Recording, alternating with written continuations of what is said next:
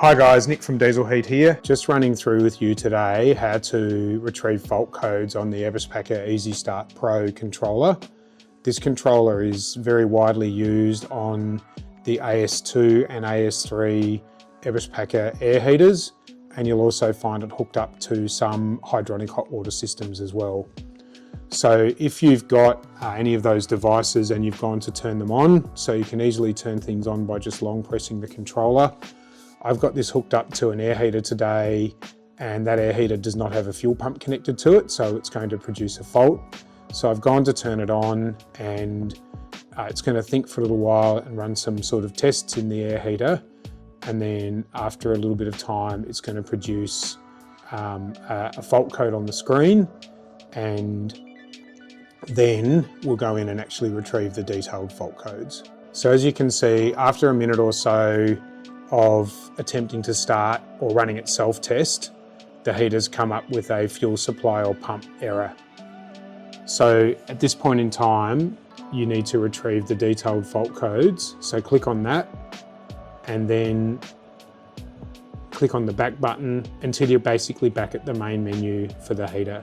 So if your controller has shown a fuel supply or pump error on the screen, or for some other reason your heater won't start and you're wanting to retrieve the fault codes, the way to do that is to roll the knob until the gear wheel is selected on the top and flashing on the top.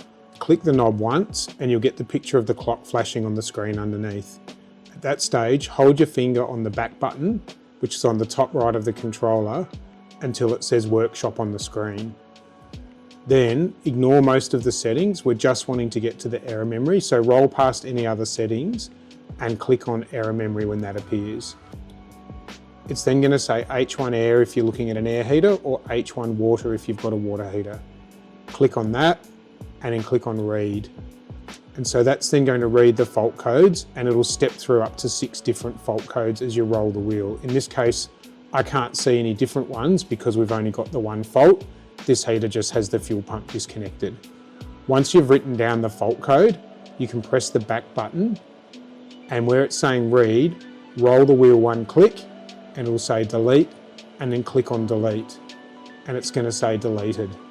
You've now cleared the error memory, and then you can back out right back to the main menu. So then if we go in and say we'd fixed our disconnected fuel pump or fixed what the issue is, you can then go back to the heat menu, and using the shortcut to turn it back on, you can turn the heater back on by holding the button for 2 seconds, and off you go.